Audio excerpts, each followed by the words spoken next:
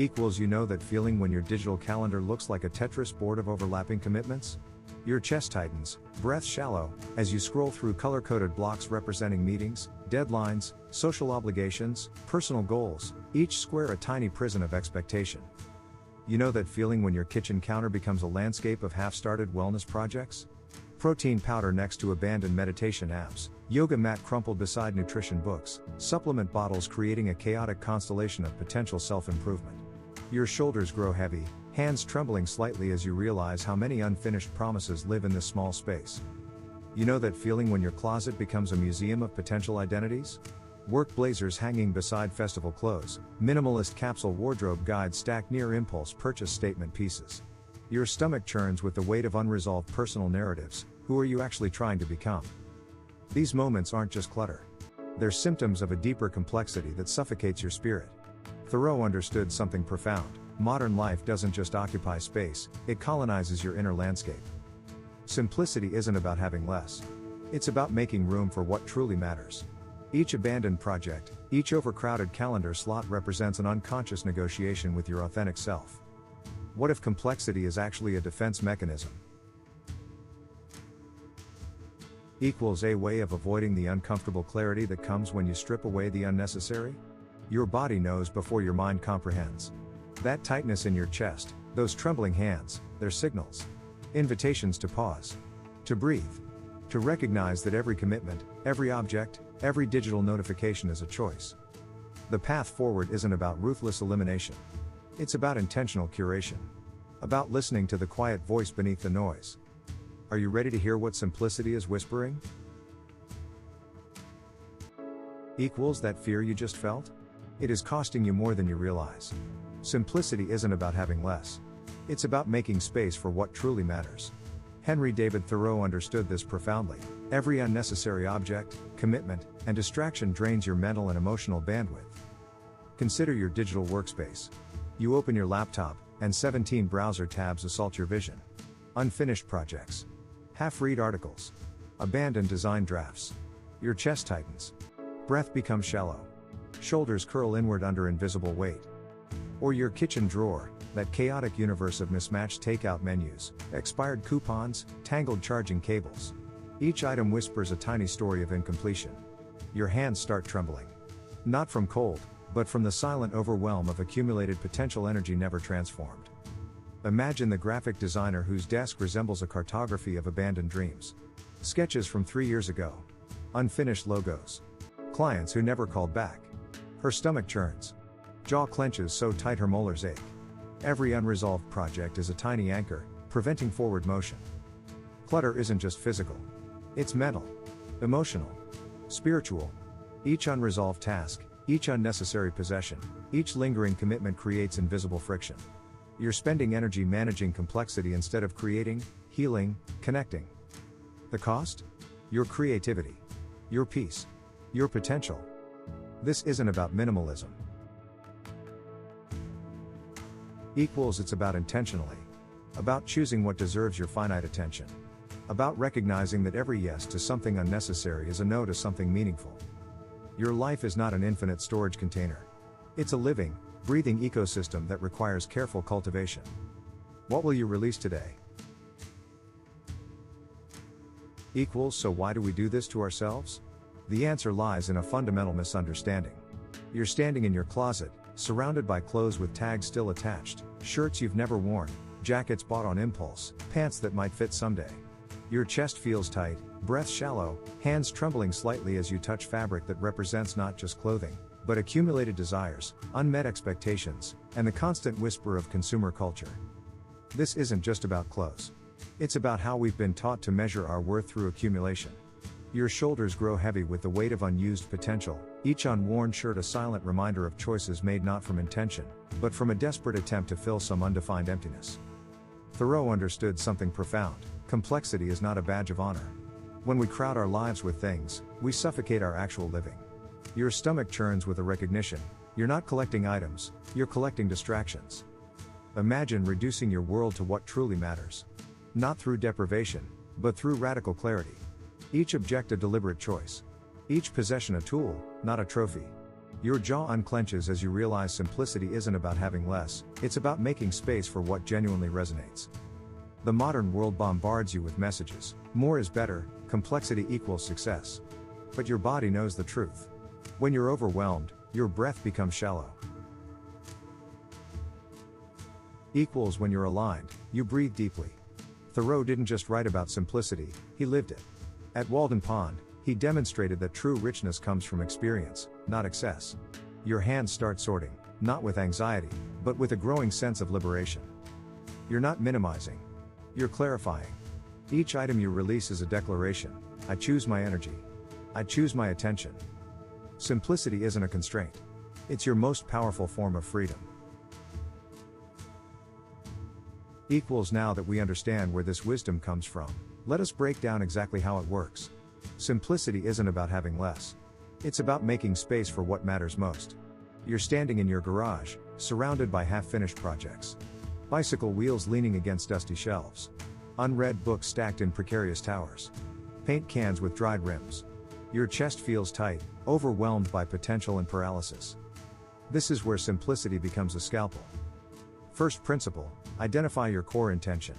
Not the scattered dreams, but the singular pulse beneath them. For you, it might be creating. Not perfecting. Creating. Your hands start sorting. Not with judgment, but with curiosity. Which project makes your heart quicken? Which feels alive when you touch it? The bicycle frame gleams, you remember summer rides, wind cutting through your shirt. Keep. The stack of unread philosophy books, heavy with someone else's expectations. Release. Second principle, ruthlessly eliminate the peripheral. You're not destroying potential. You're focusing energy. Each object you release is a vote for clarity. Your shoulders drop. Breath becomes deeper. The garage transforms from a museum of abandoned hopes to a workshop of genuine possibility. Third principle, cultivate intentional space. This isn't minimalism as deprivation. This is minimalism as liberation. You're not reducing. You're distilling. Like a master chef reducing a sauce to its purest essence. Equals your workbench now holds three things: the bicycle frame, your current notebook, one set of quality tools. Everything else falls away.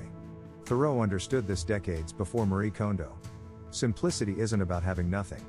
It's about having exactly what sparks your most authentic movement through the world. Your breath feels different now. Lighter. More deliberate. The garage, once a symbol of overwhelm, now whispers possibility. One project. One intention. Infinite potential. Equals here is where everything shifts. This is not just a technique, it is a complete transformation. Scenario 1, the overflowing closet of possibility. Before, your walk-in closet looks like a battlefield of abandoned dreams. Sweaters with tags still attached, impulse buy shoes never worn, conference tote bags from 3 jobs ago, each item a tiny monument to potential unrealized. Your chest feels tight, breath shallow, shoulders sagging under the weight of accumulated maybe somedays. After, you start sorting. Not with Marie Kondo's precision, but with Thoreau's radical simplicity. Each item becomes a question: does this serve my actual life, or the life I'm pretending to live? Your hands move deliberately. One pile for donation. Another for release. The physical lightness translates immediately to your inner landscape, your breath deepens, shoulders roll back. You're not just organizing space, you're reclaiming your energy from 1,000 tiny distractions. Scenario 2, the digital declutter. Before, 17 browser tabs. Notifications pinging like desperate Morse code. Your smartphone feels less like a tool and more like a demanding toddler. Anxiety pools in your stomach, jaw clenched so tight your molars ache. Information overload has become your default state. After, you create deliberate boundaries. One tab at a time. One focused task. Your phone becomes a servant, not a master. The digital noise recedes, and suddenly, silence. Equals not empty silence, but rich, textured quiet where your own thoughts can breathe. Your hands stop trembling. Your chest opens. You remember what concentration feels like. Scenario 3, the weekend reimagined. Before, weekends packed with obligations. Brunches, networking events, social performances that drain more than they fill. Your throat feels constricted, legs heavy with unspoken exhaustion. You're living someone else's definition of a meaningful weekend. After, you choose intentional solitude. A long walk. Reading without agenda. Cooking a simple meal. No performative productivity, just pure presence. Your body relaxes into itself, breath smooth, shoulders dropping, a smile emerging from somewhere genuine and unforced. Thoreau whispers, simplicity is not about having less. It's about making room for what truly matters. Equals understanding the shift is one thing. Here is how you practice it, starting today. Your first practice, the weekly purge. Not digital, physical. Every Sunday afternoon, you'll stand in your closet, hands trembling slightly, and ask a brutally honest question: have I used this in the last year? Picture Elena, a graphic designer whose studio apartment looks like a creativity museum. Sketches pinned everywhere. Books stacked like precarious towers. Vintage cameras collecting dust. Her chest feels tight with attachment, each object a memory, a potential future project. But this Sunday, she starts small. One shelf. One category. Graphic design notebooks from 3 years ago. Her breath catches as she flips through pages, half-finished concepts, abandoned dreams.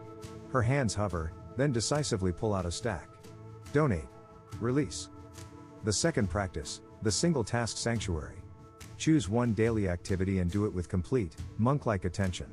No phone. No multitasking. Just pure, concentrated presence. For Elena, it becomes her morning coffee ritual.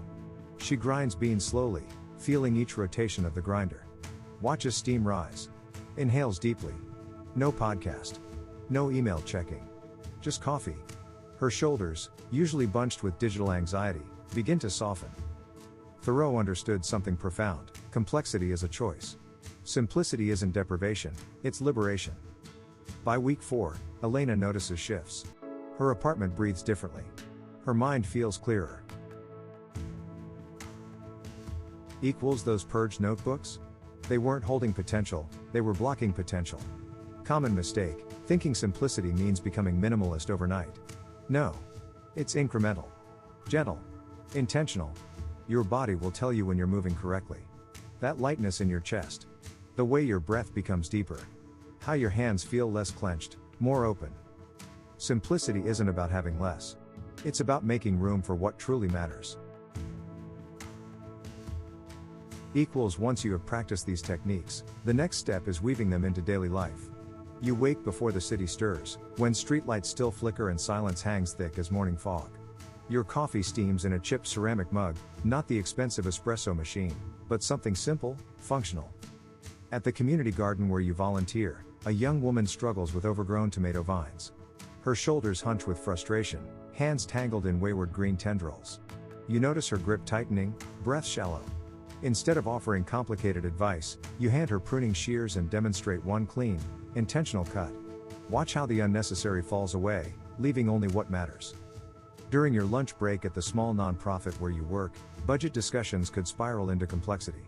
But you've learned, simplicity is a knife. When colleagues start debating intricate funding allocations, you suggest one clear metric.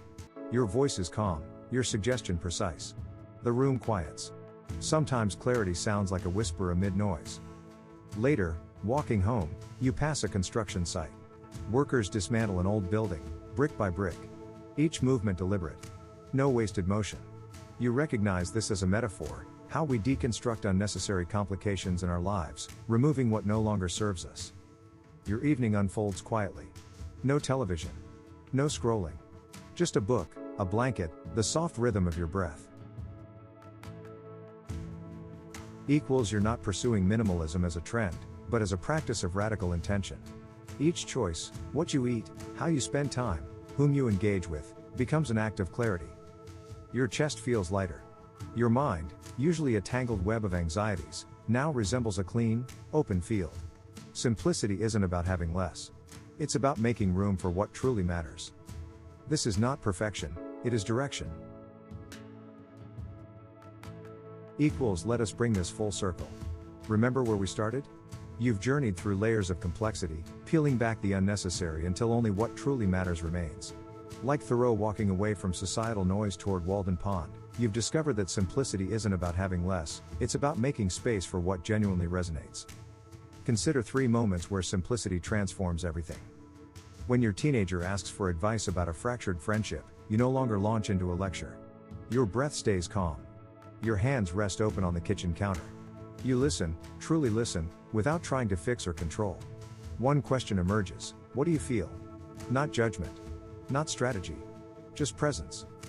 During a project deadline that once would have sent you spiraling, you now recognize the difference between urgent and important. Your shoulders don't climb toward your ears. Your jaw doesn't clench.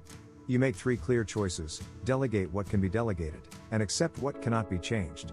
The work gets done, but you remain unbroken. When an unexpected medical bill arrives, instead of panic, you see it as information, not a catastrophe. Your stomach doesn't churn. Your heart rate stays steady. You make calls, explore options, create a plan. The bill becomes a problem to solve, not a threat to your entire existence. Simplicity isn't about perfection. It's about presence. About choosing what matters and releasing what doesn't. Thoreau understood this fundamental truth: life's complexity is often a choice, not a requirement. Your transformation isn't a destination. It's a continuous, gentle unfolding. If this opens something in you, subscribe and hit the notification bell so you never miss a video.